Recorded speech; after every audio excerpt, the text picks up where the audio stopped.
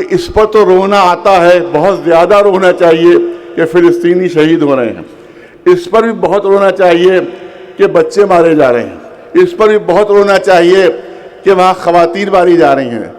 اتنے زیادہ مسلمان ملک ہوتے ہوئے فلسطین کے پیاسے بچوں کو پانی کی ایک بوتل بھی فراہم نہیں کر سکے۔ فلسطینیوں نے ظالم اسرائیل کے سامنے سر نہ جھکا کر اپنی جانیں دے کر 40-50 ہزار اپنی جانیں دے کر اپنی قربانیاں دے کر انہوں نے اپنی جانیں تو دے دی ہیں لیکن دنیا کی ہر اقلیت کو بچا لیا ہے۔ اگر کسی مظلوم کی حمایت کوئی نہیں کر رہا ہے، رسول نے فرمایا وہ مسلمان نہیں ہے۔ سارے عرب ملک، سارے مسلمان ملک سب بے غیرتی کا لبادہ اڑے ہوئے اور فریادیں سن رہے ہیں فلسطین مظلوموں کی، لیکن کسی کی غیرت میں ہلکی سی بھی جنبش نہیں ہو رہی ہے۔ ذاتی جھوٹے بیانات، نقلی بیانات دیے جا رہے ہیں، لیکن کسی کی ہمت نہیں ہے کہ اسرائیل کے خلاف کوئی قدم اٹھا سکے۔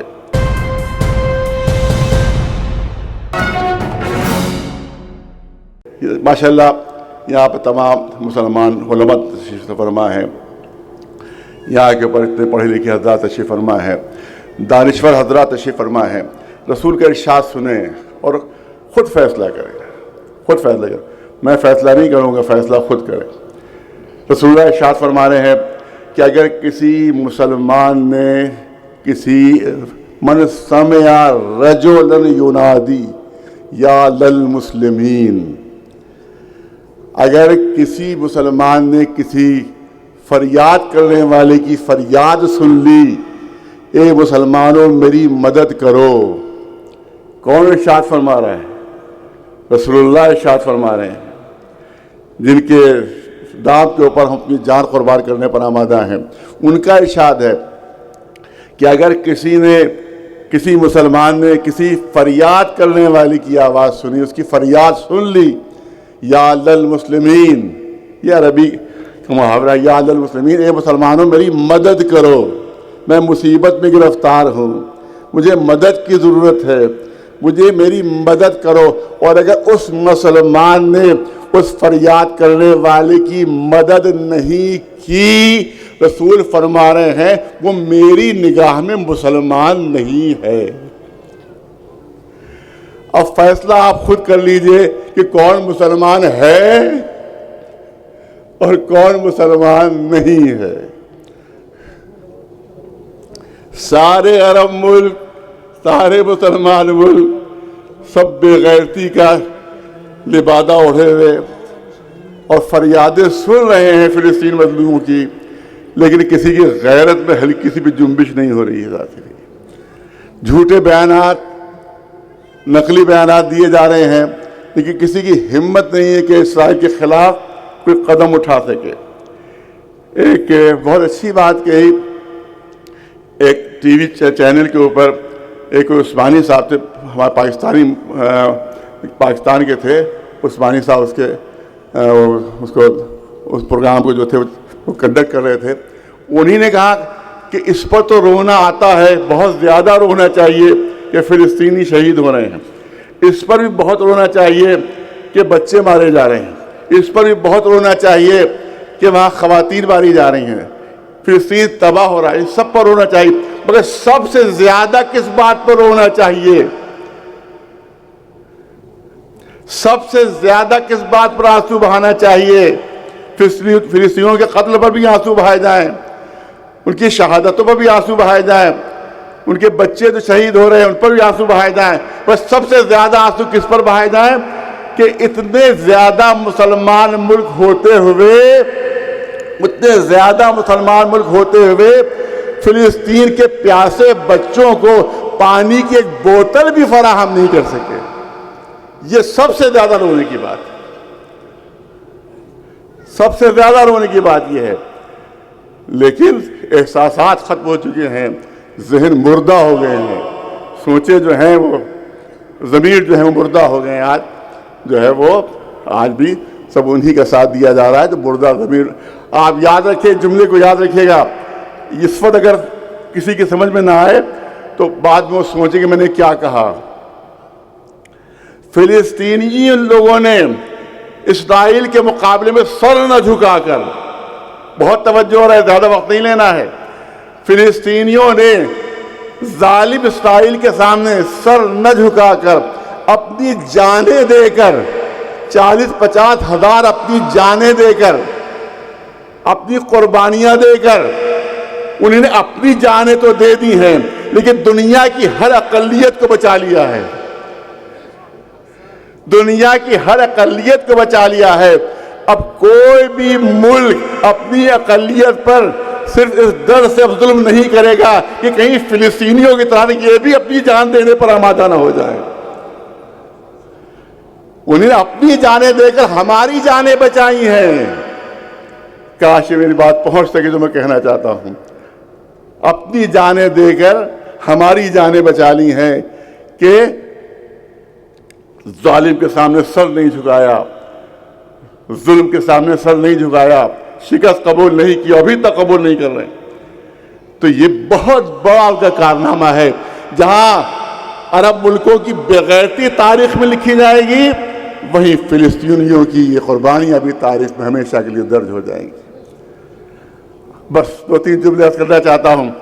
آپ دیکھیں کہ کیا ارشاد ہوا کہ اگر کسی مظلوم کی حمایت کوئی نہیں کر رہا ہے، رسول نے فرمایا وہ مسلمان نہیں ہے۔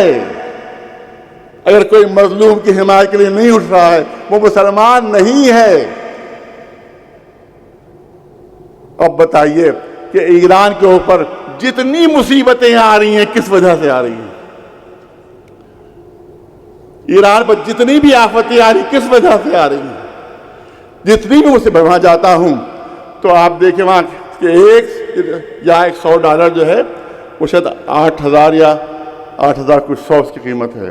وہاں $100 کی قیمت ہے 6 لاکھ تومان۔ کتنا انفلیشن بڑھا ہوا ہے وہاں پر۔ ایک روٹی کتنی مہنگی ہے وہاں کے اوپر، ایک روٹی خریدنے کے لیے کتنے پیسے وہاں کے عوام کو خرچ کرنا پڑ رہے ہیں۔ کس وجہ سے؟ یہ پابندیوں کی وجہ سے، جو اس کے بعد چاروں طرف سے پابندیاں لگی ہوئی ہیں۔ پابندیاں کیوں لگی ہوئی ہیں؟ صرف اور صرف اسرائیل کی مخالفت کی وجہ سے ساری پابندیاں ہیں۔ صرف اور صرف اسرائیل کی مخالفت کی وجہ سے پابندیاں ہیں۔ آج بھی وہ عرب ملکوں کی طرح سے کھلا اسرائیل کو مان لے یا مخفیانہ طور پر اس طرح سے بعض نے مانا ہے ویسے ہی مخفیانہ طور سے ہی مان لے، ساری پابندیاں ختم ہو جائیں گی، ساری مشکلیں ختم ہو جائیں گی، ساری مہنگائی ختم ہو جائے گی، لیکن صرف فلسطینیوں کی وجہ سے ایرانی جو ہیں اتنی مشکلیں برداشت کر رہے ہیں۔ آج جو حزب اللہ اپنی جانیں دے رہا ہے، کس کے لیے جان دے رہا ہے؟ اپنے لیے، فلسطین کے لیے جانے دے رہے ہیں۔ وہ آج اسرائیل کے سامنے وہ سلو کر لیں، ساری جانیں بچ جائیں گی ان کی۔ سینکڑوں حزب اللہ ہی مارے جا چکے ہیں۔ کس کی حمایت میں مارے گئے؟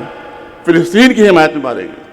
آج جو حوثیوں کے اوپر بمباری ہو رہی ہے امریکہ اور سعودی عرب اور تمام ملکوں کی، کس وجہ سے ہو رہی ہے؟ صرف فلسطینیوں کی حمایت کی وجہ سے ہو رہی ہے۔ ساری زحمتیں، کیونکہ اسلام میں یہی کہا گیا ہے کہ اگر مظلوم کی حمایت نہیں کی گئی تو تم مسلمان نہیں ہو۔ اسی اعلان رسالت کی بنیاد کے اوپر ساری زحمتیں جو ہیں وہ ایران برداشت کر رہے ہیں۔ اور بس میں بات کو مکمل کر رہا ہوں۔ حقیقت یہ ہے کہ ایک سچا مسلمان، ایک سچا اسلامی رہبر جب زندہ رہتا ہے تب بھی وہ اسلام کے لیے مفید ہوتا ہے، اور جب وہ شہید ہو جاتا ہے اور دنیا سے رخصت ہو جاتا ہے تب بھی اسلام کو فائدہ پہنچاتے ہوئے ان آیت اللہ شہید ابراہیم رئیسی نے اسرائیل کے اوپر زبردست حملہ کر کے میزائلوں کے ذریعے سے، جبکہ کسی مسلمان ملک کی ہمت نہیں کہ اسرائیل کے خلاف ایک لفظ کہہ سکیں، یہی شہید ابراہیم رئیسی ہے کہ جنہوں نے بارش کر دی وہاں کے اوپر میزائلوں کی، تو دشمن پر، ظالم پر حملہ کر کے اسلام کو سربلند کیا، مسلمانوں کے سروں کو اونچا کیا، اسلام کو سربلند کیا، اور پوری دنیا میں اربوں ڈالر کے ذریعے سے یہ پروپیگنڈا کیا جا رہا تھا کہ وہاں کے عوام علماء سے الگ ہو گئے ہیں، وہاں کی حکومت سے جدا ہو گئے ہیں، لیکن اپنی شہادت کے بعد جنازے میں جب لاکھوں ملینز لوگوں نے شرکت کی تو اس جھوٹے پروپیگنڈے کو بھی ان کے شہادت نے ختم کر دیا، اور دنیا کو پتہ چل گیا کہ آج بھی وہاں کے عوام علماء کے ساتھ ہیں اور وہاں کی حکومت کے ساتھ۔ یہ بہت بڑی قربانی جو ہے جو ان کی طرف سے دی گئی، جو اس میں زندگی میں بھی مفید اور زندہ مرنے کے بعد بھی مفید۔ بس آخری میں کیا کیا جائے کہ موضوع ایسا ہے کہ میں چاہتا ہوں کہ بات پہنچے۔ دنیا میں اسلام میں سب سے بڑی عبادت کیا ہے؟ نماز ہے۔ علماء تشریف فرمائے، اس سے بہتر جانے والے تشریف فرمائے، سب سے بڑی عبادت نماز ہے۔ نماز کبھی معاف نہیں ہے۔ کھڑے ہو کر نہیں پڑھ سکتے، بیٹھ کے پڑھو، بیٹھ کے نہیں پڑھ سکتے، لیٹ کے پڑھو، ہاتھوں کے اشارے سے پڑھو، اگر ہاتھوں کے اشاروں سے بھی نہیں پڑھ سکتے تو آنکھوں کے اشاروں سے نماز پڑھو، یہاں تک کہ جو ڈوب رہا ہوتا ہے، جو ڈوبتا ہوتا ہے، نماز غریق ہے، ڈوبتا ہوا نماز نہیں پڑھی تو ڈوبتے ہوئے نماز پڑھو، اتنی اہم نماز ہے۔ لیکن یہاں اب اسلامی حکم کیا ہے کہ خود ڈوب رہے ہو تو نماز پڑھتے ہوئے ڈوبو، لیکن کوئی دوسرا ڈوب رہا ہو تو نماز توڑ کر اس ڈوبنے والے کو بچا لو۔ یہ ہے اسلام، یہ ہے اسلام، یہ ہے اسلام کی تعلیم۔ اور یہاں اتنی زبردست ظلم ہو رہے ہیں، اتنے بڑے مظالم ہو رہے ہیں، اس میں کسی کی غیرت کو ہلکی سی بھی جنبش نہیں آ رہی۔ سب سے تکلیف دہ بات یہی ہے۔ اس کے لیے ایران کی حکومت مبارکباد کی لائق ہے کہ اتنی زبردست قربانیاں دینے کے بعد بھی وہ اپنی جگہ سے ہٹ نہیں رہے ہیں، وہ مستحکم اپنی جگہ پر کھڑے ہوئے ہیں، اور چاروں طرف سے ان کے اوپر ظلم و ستم ہو رہے ہیں، لیکن وہ تمام مسلمان ملکوں کو درس دے رہے ہیں کہ دیکھو اسلام کی تعلیم پر اس طرح سے عمل کیا جاتا ہے، اس طرح سے مظلوموں کی حمایت کی جاتی ہے، اس طرح سے ظالم کے خلاف جو ہے سر بلند رکھا جاتا ہے۔ کاش، میری دعا ہے کہ کاش ان مسلمان ملکوں کو تھوڑی سی غیرت آ جائے۔